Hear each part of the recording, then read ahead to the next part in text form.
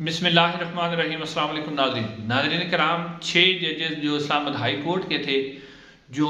انہوں نے chief justice of Pakistan اور سپریم جوڈیشل کونسل کو جو خط لکھا تھا،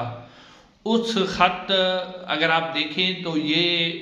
پاکستان کی تاریخ کے اندر پہلی دفعہ ہوا تھا کہ کسی بھی عدالت کے تقریباً 90% ججز نے خط لکھا اور خط لکھ کر کہا کہ ہمارے اوپر جو خفیہ ایجنسیز ہیں وہ اپنے فیصلوں کے لیے دباؤ ڈال رہی ہیں۔ ناظرین، یہ اتنی بڑی خبر تھی جس خبر کے بعد ایک بھونچال آ جانا تھا، ارجنٹ سماعت مقرر ہو جانی تھی، اور پاکستان کی جتنی بھی وکلا تنظیمیں ہیں وہ ایک طرح سرگرم ہو جانی تھی اور ایک بہت بڑی تحریک اور ہلچل ہو جانی تھی، لیکن ایسا کچھ بالکل نہیں ہوا۔ بلکہ ناظرین کرام، جو 6 ججز ہیں جنہوں نے خط لکھا ہے، اب ان کو نشان عبرت بنانے کا فیصلہ ہو چکا ہے، اور ان کو اب بجائے اس کے کہ ان کی اس شکایت پر کوئی سپریم کورٹ کی طرف سے یا جوڈیشل کونسل کی طرف سے کوئی رد عمل ہو، بلکہ اب انہی کو ٹارگٹ کیا جائے گا، اور ان کے خلاف باقاعدہ طور پر ایک پلان تیار کر لیا گیا ہے جس کے تحت انہی ججز کو نشان عبرت بنایا جائے گا۔ دوسری طرف ناظرین، یہ خبر کی تفصیلات آپ کے سامنے رکھتے ہیں، لیکن دوسری طرف آپ دیکھیں کہ پاکستان تحریک انصاف، جو کہ لیاقت چٹھا صاحب نے جو بیان دیا تھا، انہوں نے جو بیان دیا تھا، اس کے بعد بھی پاکستان تحریک انصاف، لیاقت چٹھا صاحب کا بعد میں بیان آیا لیکن وہ سامنے تو نہیں آیا، زبردستی ان سے کوئی بیان لیٹر جاری کروایا گیا، اور آج تک ان کا کوئی پتہ نہیں ہے کہ وہ لیاقت چٹھا صاحب کہاں ہیں۔ اس کے بعد اگر وہ جو ایک کمشنر راول پنڈی نے جو بیان دیا تھا، اس کے بعد یہ جو 6 ججز نے ایک خط لکھا ہے، اس خط کا اگر آپ دیکھیں کہ سب سے زیادہ جو فائدہ ہوا ہے آئینی طور پر، قانونی طور پر، ہر لحاظ سے وہ پاکستان تحریک انصاف کو ہوا ہے، لیکن پاکستان تحریک انصاف کی جو لیڈرشپ ہے اس وقت جو جیلوں سے باہر ہے، خاص طور پر پاکستان تحریک انصاف کے جو وکلا ہیں، وہ اتنی غیر ذمہ داری کا مظاہرہ کر رہے ہیں کہ شاید جو اب یہ ججز ہیں جن کو اس وقت پاکستان تحریک انصاف کی جو سینئر لیڈرشپ ہے، خاص طور پر جو وکلا ہیں، جن کا اس وقت ٹائم تھا کہ وہ پاکستان تحریک انصاف کے وکلا جو ہیں وہ ان 6 ججز کے خلاف کھڑے ہوتے، ساتھ کھڑے ہوتے، وہ کہیں نظر نہیں آ رہے۔ پاکستان تحریک انصاف کی لیڈرشپ کہیں نظر نہیں آ رہی۔ آج بیرسٹر گوہر نے، عمر ایوب صاحب نے پریس کانفرنس کی، انہیں یہ پریس کانفرنس جو ہے سپریم کورٹ آف پاکستان کے باہر کرنی چاہیے تھی، جب فل کورٹ ایک مشاورت ہو رہی تھی قاضی فیاض صاحب کی سربراہی میں، جس میں سپریم کورٹ کے تمام ججز موجود تھے۔ اس وقت افسوس کا ایک ایسا مقام ہے کہ پاکستان تحریک انصاف کے وکلا، جن کی ایک بہت بڑی تعداد کا وہاں پر موجود ہونا چاہیے تھا، وہ بالکل موجود نہیں تھے۔ کوئی ان کی پریزنس نظر نہیں آئی، کسی قسم کی پریزنس نظر نہیں آئی، بلکہ لاہور کے اندر جو ایک وکلا کی تقریب ہوئی، حامد خان صاحب نے چیف جسٹس آف پاکستان قاضی فیاض صاحب سے مطالبہ کیا کہ اس کے اوپر کوئی کارروائی کرے، کسی طریقہ انہوں نے اعلان نہیں کیا، اور اسی قاضی فیاض صاحب سے وہ مطالبہ کر رہے ہیں جو آئین اور قانون کی دھجیاں اڑا چکے ہیں، جو پاکستان تحریک انصاف کے سے بلے کا نشان چھین چکے ہیں، جو پاکستان تحریک انصاف کو لیول پلینگ فیلڈ نہیں دے سکے، جو منصفانہ الیکشن کے حوالے سے پاکستان تحریک انصاف کی کوئی مدد نہیں کر سکے۔ تو اس کا مطلب ہے کہ پاکستان تحریک انصاف کے اندر کچھ ایسے وکلا موجود ہیں جو نہیں چاہتے کہ قاضی فیاض صاحب پر چڑھائی کی جائے، یا قاضی فیاض صاحب پر پریشر ڈالا جائے، یا اسٹیبلشمنٹ پر پیسے ڈالا جائے۔ وہ ڈیفینسو حکمت عملی اختیار کر رہے ہیں جس کا نقصان پاکستان تحریک انصاف کو ہوگا۔ اب ناظرین، یہ جب اعلامیہ آیا تو اس کے اوپر آج جو فل کورٹ اجلاس ہوا، جس میں قاضی فیاض صاحب کے ساتھ جو ہے سینئر جو وکلا تھے وہ بھی شامل تھے،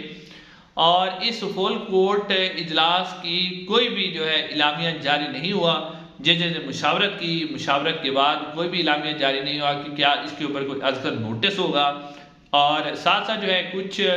جو صحافی ہیں انہوں نے خبریں دی ہیں کہ قاضی فیاض صاحب نے، اگرچہ اس خبر کی تصدیق نہیں ہے، لیکن خبر یہ ہے کہ قاضی فیاض صاحب نے یہ جو مشاورتی اجلاس بلایا ہے، اس سے پہلے ان کی ملاقات ہوئی ہے اعظم نذیر تارڑ صاحب سے،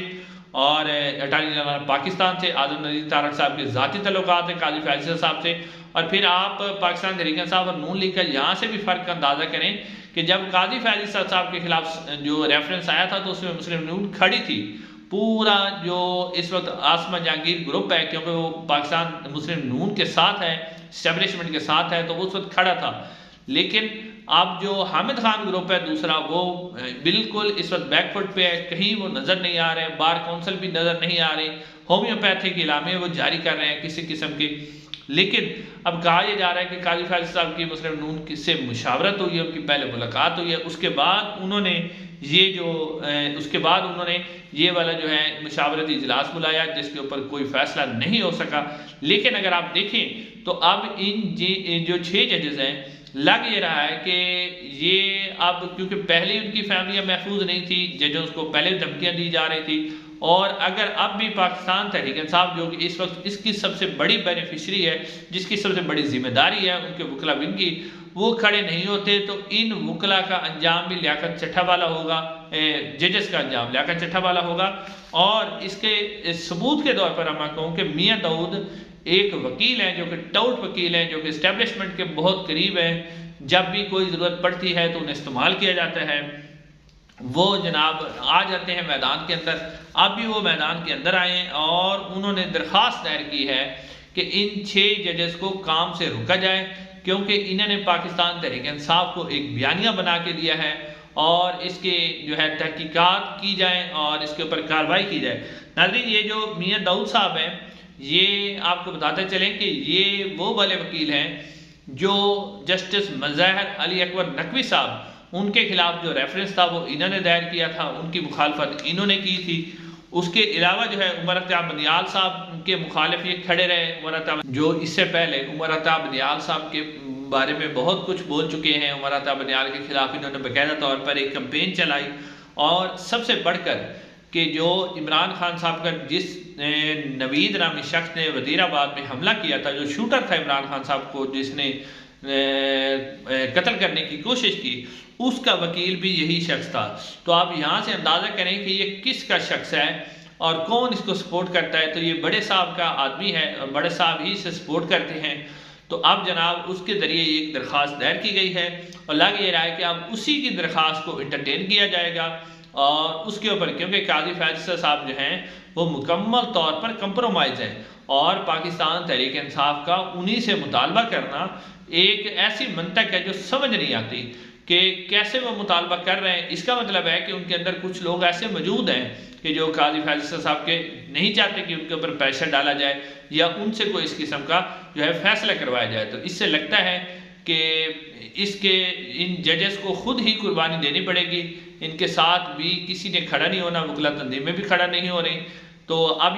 لیکن بات یہ ہے کہ قاضی فیض صاحب اگر اس کے اوپر کچھ کرتے ہیں تو انہیں فل کورٹ بنانی پڑے گی. فل کورٹ سے کم جو کوئی بھی کسی قسم کا اجلاس ہوگا، کوئی کارروائی ہوگی، اس کو کوئی نہیں مانے گا. اور اگر فل کورٹ ہوتی ہے کارروائی تو اس کے اندر بہت سے ایسے ججز موجود ہیں جو آئین اور قانون کے ساتھ کھڑے ہوئے ہیں. تو مطلب اس وقت قاضی صاحب بھی جو ہے نا وہ پھنس چکے ہیں. اگر آپ قاضی صاحب 6 ججز کے اوپر 7 رکنی بینچ بناتے ہیں، اس کی کوئی اہمیت نہیں. اس کے لیے انہیں فل کورٹ بنانے پڑے اور فل کورٹ میں ایک بہت بڑا بریک تھرو بھی جو ہے وہ عدالت کی طرف سے ہو سکتا ہے. لیکن پاکستان تحریک انصاف ایک ناکام حکمت عملی لے کر چل رہی ہے. ناظرین، آخر میں سائفر کیس کے حوالے سے آپ کے سامنے خبر رکھنی ہے کہ سائفر کیس کے حوالے سے عمران خان صاحب کے وکلا کا کہنا ہے کہ جب آج ججز سے ہم نے کہا کہ انہوں نے سائفر کی 5 کاپیاں مختلف لوگوں کو تقسیم کی تھی، تو ان میں سے کسی بھی شخص نے جو ہے وہ سائفر کی کاپی واپس نہیں کی، تو پھر ایک مقدمہ عمران خان پر کیوں بنا؟ تو اس حوالے سے جب عدالت نے پوچھا تو انہوں نے کہا کہ بالکل ایسا ہی ہے. تو اب سلمان صفدر صاحب نے یہ کہا ہے کہ سائفر کیس کے اندر جو عمران خان صاحب کی بریت وہ قریب ہے. یہ جو کیس ہے یہ واپس جو ہے نہیں بھیجا جائے گا، بلکہ اس کے اوپر میرٹ کے اوپر فیصلہ ہوگا اور اس میں لگ یہ رہا ہے کہ عمران خان صاحب کی بریت ہوگی. دوسری طرف لاہور کے اندر سے پاکستان تحریک انصاف کے جو 9 مئی کے واقعات کے ملوث اراکین تھے، اس میں 30 افراد کی جو ہے آج ضمانت ہو گئی ہے، جس میں صنم جوید خان ہیں، اس کے علاوہ عائشہ بھٹا صاحبہ ہیں، ان کی بھی ضمانت ہو گئی ہے. اس کے علاوہ بھی کچھ ایسی خواتین ہیں جو کہ اس کے علاوہ عائشہ، ایک اور بھی عائشہ ہیں، عائشہ بھٹا صاحبہ کے علاوہ اور پھر سب سے بڑھ کر عالیہ حمزہ صاحبہ کی بھی ضمانت ہو گئی ہے۔ اس طرح مردوں میں بھی تقریباً کافی افراد ہیں جن کی ضمانت ہو چکی ہے۔ یہ بھی پاکستان تحریک انصاف کے لیے ایک اچھی خبر ہے۔ انشاءاللہ اگلی ویڈیو میں آپ سے ملاقات ہوگی، چینل کو سبسکرائب کیجیے گا۔ السلام علیکم۔